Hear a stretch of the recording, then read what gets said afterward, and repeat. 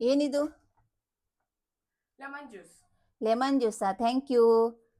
ಓ, lemon juice ಅಂದ್ಕೂಡ್ಲೆ ನೆನಪಾಯ್ತು. Usually ನಮ್ಮ ಡಯಟ್ ಅಲ್ಲಿ ಪ್ರತಿನಿತ್ಯ ನಾವು ಲೆಮನ್ ಅನ್ನ ಯೂಸ್ ಮಾಡೋದ್ರಿಂದ ಏನಾಗುತ್ತೆ, ಕಿಡ್ನಿ ಸ್ಟೋನ್ ಫಾರ್ಮೇಶನ್ ಆಗೋದನ್ನ ತಪ್ಪಿಸ್ಬೋದು.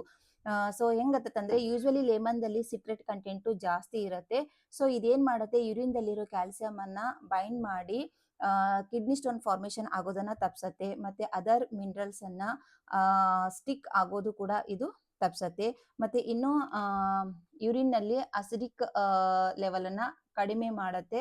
ಸೊ ಯೂಶ್ವಲಿ ಇನ್ನೇನಾದ್ರೂ ಸಪೋಸ್ ಸ್ಟೋನ್ಸ್ ಫಾರ್ಮೇಶನ್ ಆಗಿತ್ತು ನಿಮ್ಮಲ್ಲಿ ಅಂತಂದ್ರೆ ಅದರ ಗ್ರೋತ್ ಕೂಡ ಇದು ಆ ಜಾಸ್ತಿ ಆಗೋದಿಕ್ಕೆ ಕೊಡೋದಿಲ್ಲ. ಸೊ ಆದಷ್ಟು ನೀವು ಲೆಮನ್ ಅನ್ನ ಯೂಸ್ ಮಾಡೋದ್ರಿಂದ ಕಿಡ್ನಿ ಸ್ಟೋನ್ ಫಾರ್ಮೇಶನ್ ಆಗೋದನ್ನ ತಪ್ಪಿಸ್ಬಹುದು. ಈ ಮಾಹಿತಿಯನ್ನ ಆದಷ್ಟು ಶೇರ್ ಮಾಡಿ, ಲೈಕ್ ಮಾಡಿ. Thank you.